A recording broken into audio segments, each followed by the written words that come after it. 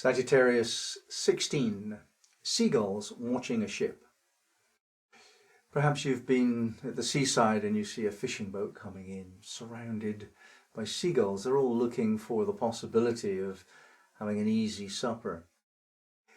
Wild birds have been tamed accidentally by the processes of human civilization. And we're asked within this degree to look at ourselves to see the extent to which we have also been tamed by easy comfort. Do we know how to get our own food? No, we don't. We've lost that skill. It is no longer a part of our resources to fend for ourselves. We've become over-civilized in a sense. And the secret of this degree is that question of, can we become over-civilized? Have we become over-civilized? Even to the extent that the wildness within us is completely lost or at least inaccessible. The inference being that we need wildness. We need the instinctual ability to respond spontaneously to danger and opportunity. Responding to danger spontaneously makes us safer. We run.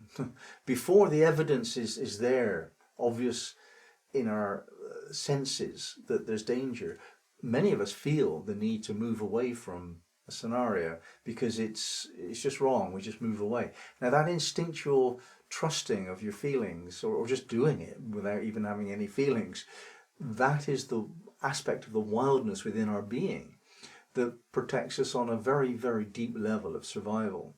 And if we move into the realms of comfort too much, this is forfeit. Most people will prefer supper on the table, turn on the telly, let's just be comfortable. Let's not have too much upset in our lives. Let's not take the dangerous, adventurous path. Let's just be safe. I want to be safe. Most of the people in the West, at least, are strongly guided by that principle of security. And yet, there's something lost in that. There's a vitality that requires us to be in harm's way. When we're in harm's way, we're looking with a great deal more acuity. We see more. Adrenaline does something to our perceptual capacity. And if we do not feed ourselves this juice, then we cannot have that capacity. That creates in us a lethargy, a sense of entropy, slowing down, dying off. And then we actually lose opportunity. Sometimes we're offered an opportunity and we just think, oh, is this okay for me? Is this going to maintain my safety and security? Is this going to cost me more than I want? You know, we go through this analysis and we become paralyzed. Analysis is paralysis. Opportunity very often presents itself unannounced. We have to strike in the moment. And it doesn't repeat. Nothing repeats. Every single moment is unique. And if in that moment we're offered an opportunity, something we've been waiting for a very long time just suddenly comes into our life. We're shopping, we're at a party, we're on the street, and we see someone, we see something, we have a thought that we can act upon. If we don't take that momentary grasping of opportunity, it may not come again for a very long time. Maybe it will, but usually it doesn't. What we do know is that every single moment is unique. Nothing will ever repeat. So if something is the way you want it to be right now, grasp it. Another thing that's lost when we give up our wildness is a sense of self-empowerment. Sometimes it requires us to know that we have the right, the authority to take a situation without permission. The seagulls don't ask for the fish. They take the fish and they fight for the fish amongst themselves. This aspect of their wildness is not lost.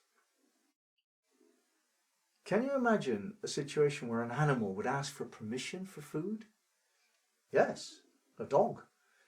A dog will not eat if a certain kind of owner has trained it to need permission before it may eat.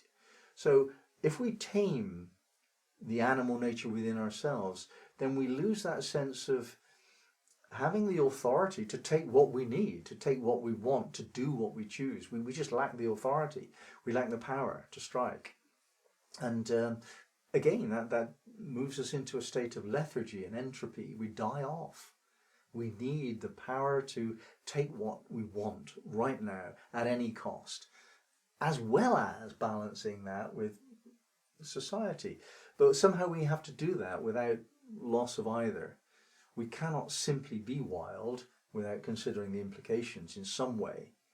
But we cannot give up our wildness without suffering serious consequences of loss of power, loss of vitality.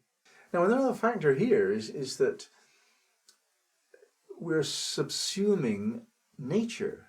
We're trying to allow the part of us that wants to be comfortable to dominate the part of us that wants to be wild. The wild part is the natural part, and the part that dominates is this human failing that is causing us such terrible consequences today. The failing is that we think we can dominate nature. We think that it's okay to dominate nature. Well, it's not. It's certainly not okay to destroy the Amazon rainforests. It's certainly not okay to create pollution by burning all these fossil fuels. It's just not okay. And nature is saying, well, you know, what's the point in trying to dominate nature? Nature's awesomely powerful, so much more than we are. And that applies personally as well. If you try and dominate your own nature, it's not a good idea. You have to channel it. You have to work with it. You have to give it its own expression and find a way for that to be socially acceptable.